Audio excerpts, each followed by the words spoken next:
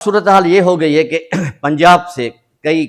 ٹیلی phones وغیرہ بھی آ رہے ہیں، ہل جل ہوئی ہے۔ پہلے جو دھرنے والوں کو دہشت گرد یا شر پسند عناصر کہتے تھے، اب رانا ثناء اللہ ان سے بھی بات کرنے پہ مجبور ہو گیا ہے، ان کو بھی ٹیلی فونس کر رہا ہے، چاہے وہ جی ایس این کے لوگ ہوں، چاہے ایاز لطیف پلی جو ہو، یا کوئی اور قوم پرست لیڈر ہوں، زین شاہ صاحب ہوں،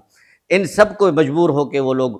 بات کر رہے ہیں کہ ہم سے بات کریں، ہم اس مسئلے کو بیٹھ کے ٹیبل پہ حل کریں۔ پیپلز پارٹی کے ساتھ تو انہوں نے پہلے ہی جو ہے وہ شرجیل میمن صاحب سے بات کی تھی، اور لوگوں سے بھی بات کی تھی، لیکن یہ ایک بہت بڑی ایک تبدیلی ہے پنجاب کی سیاست میں کہ انہوں نے ان دہشت گرد جن کو بولتے تھے ان کے ساتھ بھی انہوں نے بات کرنا شروع کر دی ہے، اور کس مجبوری کے تحت کی ہے، کیا کیا ہے، ابھی بھی ہر کوئی ان کو یہ جواب دے رہا ہے۔ پہلے آپ اس پوائنٹس کو وتھڈرا کریں، پرائم منسٹر کو بولیں کہ یہ کینال نہیں بنیں گے، اس کا اعلان کریں، اس کے بعد ہم جا کے بیٹھتے ہیں۔